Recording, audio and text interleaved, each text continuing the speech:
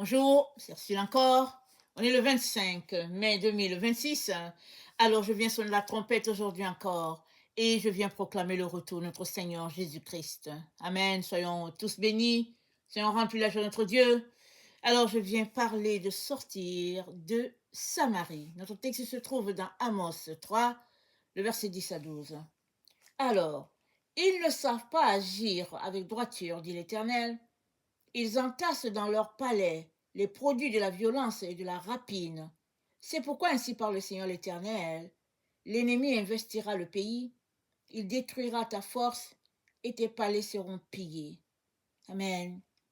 Alors, Dieu, n'est-ce pas, parle à ses enfants, leur disant de marcher dans la droiture. Et au verset 12, c'est dit, ainsi parle l'Éternel, comme le berger arrache de la gueule du lion deux jambes ou un bout d'oreille, ainsi se sauveront les enfants d'Israël qui sont assis dans Samarie. Amen. Alors, Samarie, ça représente quoi?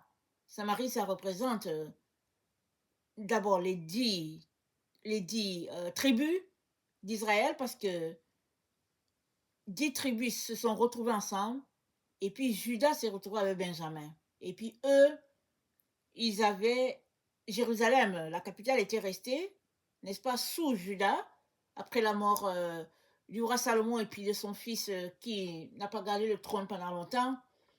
Et les 10 tribus qui sont allées ensemble, parce qu'ils sont allés, je ne sais plus si c'est avec Roboam ou Jéroboam, je ne me rappelle plus exactement, mais toujours est-il que quand le roi a vu que ils étaient coupés de Jérusalem, il a décidé tout simplement de bâtir un hôtel pour adorer Dieu.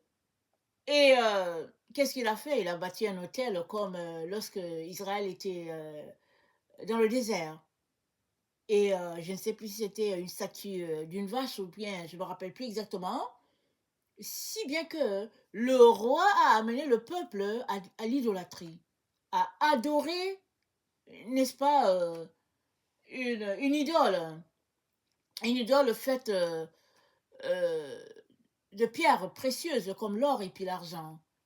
Si bien que Judas ne côtoyait plus la Samarie. Ils ont traité les Samaritains, n'est-ce pas, d'avoir abandonné Dieu. Et finalement, la Samarie pratiquait un type de syncrétisme. Alors, quand ils se souvenaient des fêtes d'Israël, ils le faisaient, mais aussi ils faisaient les fêtes des autres divinités. Si bien que, voilà, Samarie est devenue tout simplement, elle s'est carrément écartée de Dieu en pratiquant un type de religion mélangée, si bien que Juda et Samarie ne se côtoyaient plus. Alors les Judéens se disaient, ils les traitaient de païens, et voilà comment était l'histoire, n'est-ce pas, la séparation entre les frères, les enfants de Jacob. Et Dieu dit, ils ne savent pas agir avec droiture. C'est-à-dire, tout Israël ne sait pas agir avec droiture, et si bien que ils seront pillés et les étrangers vont prendre le pays. Pourquoi est-ce que Dieu dit cela? Parce que il a dit à Israël de marcher devant lui, de ne pas s'associer aux autres peuples, de ne pas pratiquer les autres divinités, et lui les gardera. Mais si Israël refusait de marcher devant lui, alors il serait envoyé, il serait anéanti. Donc Dieu, n'est-ce pas, rappelle à Israël ce qu'il leur avait déjà dit. Et il parle de Samarie parce que la Samarie s'est comparée à Babylone.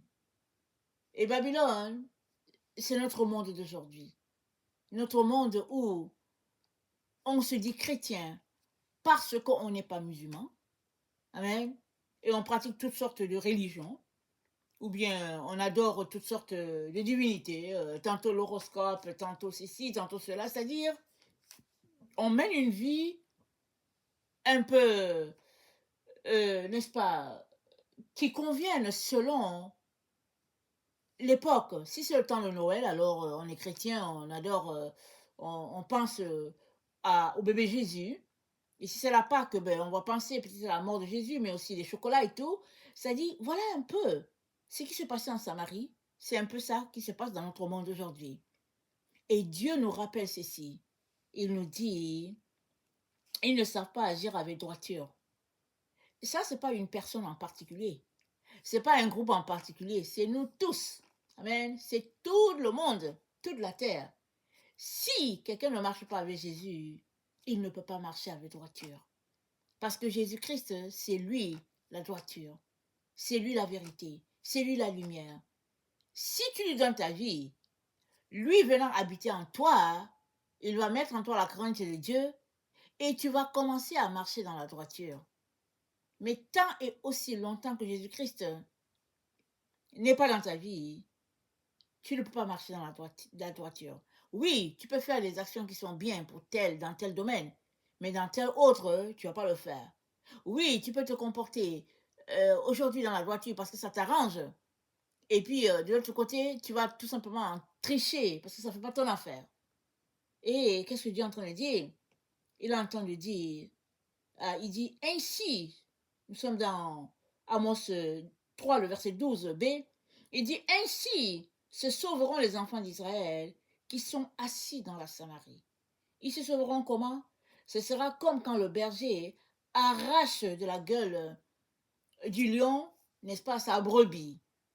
Alors ça veut dire quoi? Ça veut dire que si on ne se tourne pas vers Dieu, alors on pourrait se retrouver dans une situation où on va fuir, hein, n'est-ce pas, in extremis, c'est-à-dire on va fuir dans une situation terrible, tout simplement parce que on ne s'est pas préparé du tout. Tout simplement parce que l'ennemi, n'est-ce pas, va tout simplement envahir, n'est-ce pas, notre personne, notre être, notre terre, tout, c'est-à-dire que tout ce qu'on pourrait imaginer. Et pourquoi c'est comme ça? C'est comme ça parce que, voilà, c'est la conséquence de tout cela qui ne marche pas avec Dieu. Parce que quand tu marches avec Dieu, alors Dieu assure ta protection. Si tu ne marches pas avec lui, il n'y a pas de garantie. Il n'y a pas de garantie. Et même quand tu marches avec lui, il faudrait encore que lui te dise quoi faire pour que tu saches comment poser les pieds à tel endroit ou bien à tel autre. Amen. Donc, qu'est-ce que le Seigneur est en train de nous dire? Il est en train de nous encourager à marcher dans l'obéissance à sa parole. Et ça, c'est la voie d'amour du Père. Ce n'est pas pour, n'est-ce pas, nous écraser ou bien nous amener à faire ce que lui il veut. Non, c'est tout simplement que étant Dieu, sachant comment le monde est bâti, connaissant tout ce qui se passe, connaissant le timing dans lequel on est, il nous dit de revenir de nos mauvaises voies, d'agir avec droiture. Mais qui peut agir avec droiture? Comme dit tantôt, seule la personne qui a donné sa vie à Jésus. Parce que c'est dit, il nous a justifiés. C'est-à-dire, il nous a donné sa justice. Il nous a revêtus de son manteau de justice quand il mourait sur la croix, quand il ressuscitait. La part qui vient, le package qui vient alors que tu donnes ta vie à Jésus, c'est tout cela. Sa justice, son salut, la vérité, les dons, le fait que tu deviens enfant de Dieu, tu as la vie éternelle. Ça vient, c'est un paquet, ça contient tout. Et le Seigneur te dit, donne-moi ta vie aujourd'hui. N'hésite pas. Ne traîne pas les pas à chercher telle chose ou telle autre, à chercher ta satisfaction dans les choses de ce monde. Parce que toutes ces choses-là que tu vois, ça va périr. Toutes ces choses-là que tu vois, ça va disparaître du devant Dieu. Et ce qui restera, c'est la parole de Dieu. Or, si tu marches selon la parole de Dieu, toi aussi tu vivras. Mais si tu marches pas selon la parole de Dieu, alors ce sera la séparation définitive avec Dieu. Quand Dieu dit que tu vivras, ça veut dire que celui-là qui donne sa vie à Jésus ne connaît pas de fin. Il n'y a pas de fin pour une personne qui a donné sa vie à Jésus. Voilà pourquoi le Seigneur aujourd'hui vient t'intéresser à lui donner ta vie, afin que tu puisses demeurer éternellement dans sa présence. Parce que toutes les autres choses sont des idoles. Et il n'y a aucune idole qui peut te sauver. Il n'y a aucun plaisir qui peut te satisfaire au point où tu vas dire, je suis comblé. Le plaisir, tu l'auras du moment. Après quelques minutes, après quelques secondes, plus de plaisir. Cette chose que tu désirais, tu l'as eue, fini, le plaisir est fini. Mais Jésus-Christ, il demeure éternellement. Et il est celui qui peut te combler. Il est celui qui peut satisfaire tes désirs. Il est celui qui peut, n'est-ce pas, répondre à toutes ces questions que tu te poses. Et il est celui-là qui peut te satisfaire parce que tu es sorti de lui. Tu viens de Dieu. Tu appartenais déjà à Dieu. Et tu as fait un tour sur la terre parce que Dieu t'a envoyé en mission. Il est donc important que, marchant devant lui, il te dise ta mission. Et que tu puisses l'accomplir et retourner à la maison du Père. Amen.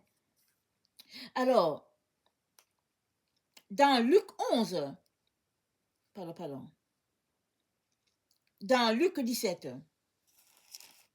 excusez, dans Luc 17, au verset 28, c'est dit, ce qui arriva du temps de Lot arrivera pareillement. Les hommes mangeaient et buvaient, achetaient et vendaient, plantaient et bâtissaient. Mais le jour où Lot sortit de Sodome, une pluie de feu et de soufre tomba du ciel, et les fit tous périr. Il en sera de même le jour où le Fils de l'homme paraîtra. En ce jour-là, que celui qui sera sur le toit et qui aura des effets dans la maison ne descende pas pour les prendre, et que celui qui sera dans les champs ne retourne pas non plus en arrière. Souvenez-vous de la femme de Lot. Celui qui cherchera à sauver sa vie la perdra, et celui qui perdra sa vie la retrouvera. Amen.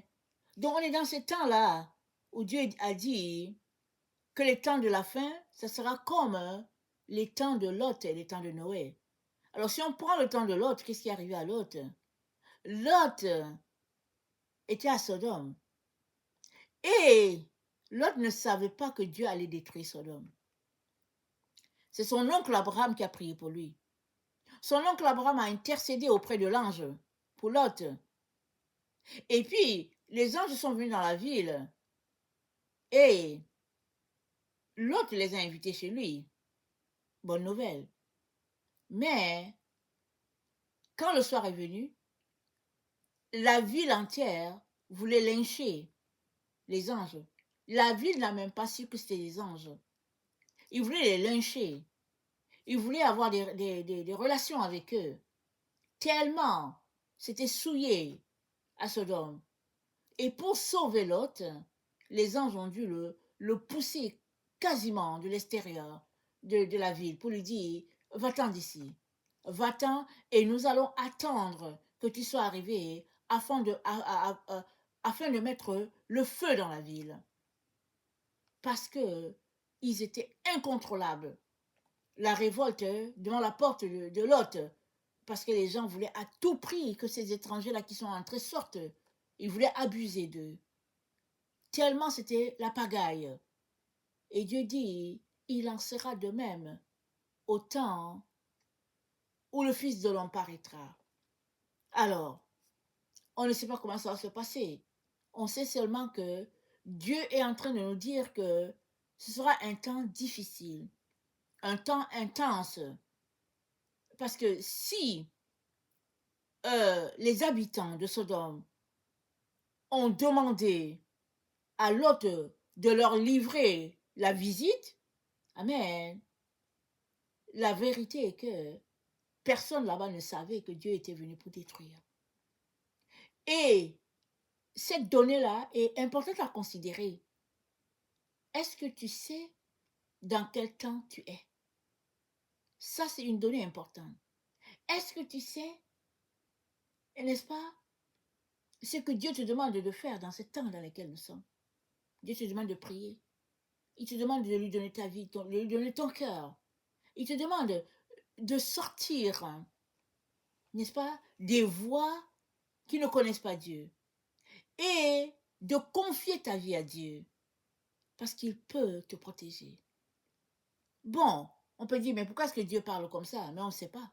Dieu sait toutes choses. Toi et moi, ne savons pas. On ne peut pas savoir tout. On est des humains. Et pour notre protection, Dieu dit, donne-moi ta vie. Et je serai là pour te protéger, pour t'aider à passer à travers les moments difficiles, les moments d'épreuve, les moments intenses. Dieu dit qu'il sera là. Amen.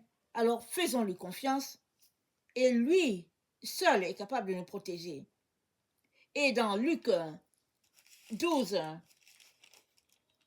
au verset 57, voilà ce qui est dit. Luc 12, le verset 57, c'est dit, pourquoi ne discernez-vous pas de vous-même ce qui est juste? Avant cela, il dit, vous savez discerner l'aspect de la terre et du ciel. Comment ne discernez-vous pas ces temps-ci? Et pourquoi ne discernez-vous pas de vous-même ce qui est juste? Dans Amos, Dieu dit, ce peuple n'aime pas la voie de la droiture. Et là, Dieu encore dit, pourquoi ne discernez-vous pas ce qui est juste? Souvent, c'est pas parce qu'on ne veut pas discerner, c'est tout simplement que on est enrôlé dans toutes sortes de séduction. Et on n'arrive pas à réaliser que, tiens, il y a un piège de ce côté. Et la seule manière d'être déconnecté des voies de tromperie, c'est de donner ta vie à Jésus et de marcher avec lui à sa suite. Parce qu'avec Jésus, c'est trop la voie de la droiture. C'est pas parce que tu es droit, n'est-ce pas? Mais c'est Jésus-Christ qui est droit. Et marchant à sa suite, tu es couvert par sa droiture. Tu es protégé par son sang. Et ton cœur est attaché au Seigneur. Et c'est ça que le Seigneur veut pour toi. Voilà pourquoi il nous dit de sortir de Samarie. Parce que Samarie, n'est-ce pas, c'est la voie du plaisir. C'est la voie où, on a du fun, comme on dit. Et Dieu dit de sortir de là. Parce que si tu restes dans Samarie,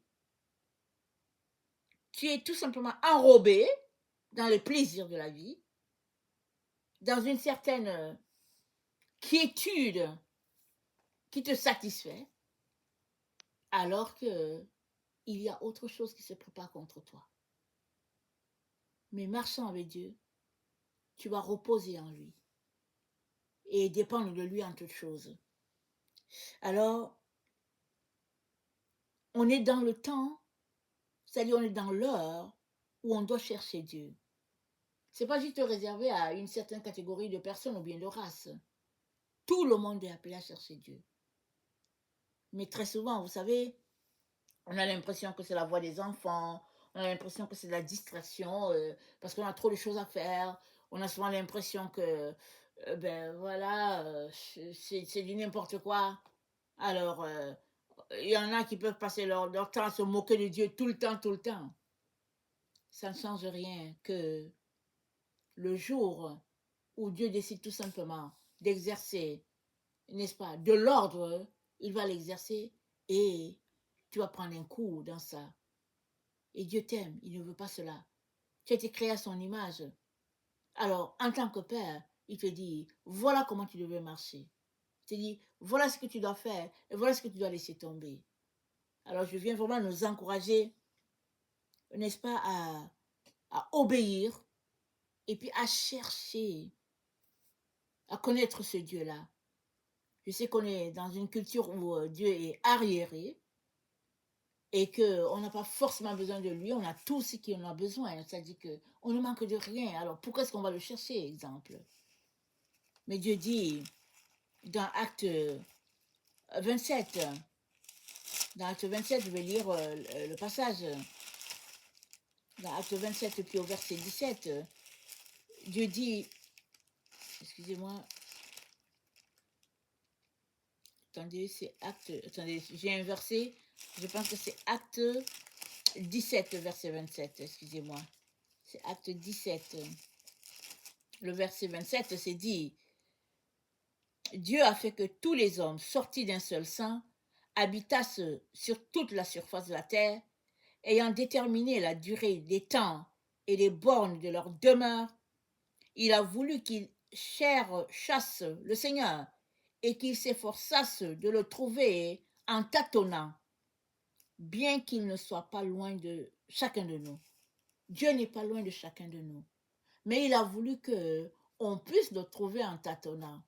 Il n'y a personne qui trouve Dieu parce que Dieu lui a fait une grâce spéciale. Non, c'est tout le monde qui cherche Dieu. Et Dieu a voulu que ce soit comme ça. Alors, il vient encore aujourd'hui t'inviter à le connaître parce qu'il t'aime, parce qu'il t'a créé, n'est-ce pas, pour quelque chose de glorieux. Et il aimerait tout simplement prendre du temps avec toi et te rappeler qui tu es et te donner de pouvoir accomplir ta destinée sur cette terre. C'est ça qu'il aimerait. Voilà pourquoi aujourd'hui encore, il vient vers toi. Il te tend la main. Il te dit c'est le temps de sortir de Samarie. Alors, bien sûr, on a souvent tendance à assimiler certaines villes dans la Bible à Israël le physique qu'on connaît. Mais au fait, toutes ces villes-là, tout ce qui est nommé, c'est pour notre instruction. Alors, les villes aujourd'hui, sur la terre, ressemblent toutes au type de ville qu'il y avait dans le passé, et puis ville, c'est ville. Une ville, c'est l'endroit où c'est l'agglomération des peuples d'un peu partout, où chacun vient avec ses mœurs et ses valeurs, et puis, bon, Dieu est laissé dehors, et puis ben, le peuple vit, n'est-ce pas, de plaisir. Et Dieu dit, sors de là. Amen. Il te dit, sors de là. Viens connaître ton Dieu. Viens te désaltérer dans sa présence. Et découvre qui est Dieu. Découvre tout ce qu'il a pour toi. Et jouis du bonheur qu'il t'a donné par sa propre mort à la croix. Amen. Alors je viens donc nous encourager à tourner notre regard vers notre Dieu avec tout ce qu'on pourrait traverser, avec toutes nos aspirations, toutes nos attentes. Tournons les yeux vers Dieu. Il est le seul qui peut changer le cours de ta vie. En un instant, tu lui donnes ta vie, tantôt tu ne le connaissais pas, en ouvrant la bouche pour dire Seigneur Jésus, viens sans mon maître, mon Seigneur. Amen. Tu deviens enfant de Dieu. Amen. Et le Seigneur va te guider, va te fortifier, va te conduire de telle sorte que les écailles vont tomber de tes yeux et tu vas réaliser qui tu es. Tu vas connaître ton identité et tu vas marcher dans ce que Dieu a pour toi. Amen. Que le Seigneur bénisse sa parole et que sa joie soit notre force en ce jour et que nous ne nous lassions pas, n'est-ce pas, de le chercher, de prendre du temps avec lui. C'est la meilleure chose à faire. C'est la seule chose à faire. Amen. Que le Seigneur bénisse sa parole. Amen. Je vous aime beaucoup. Dieu davantage. Amen et amen.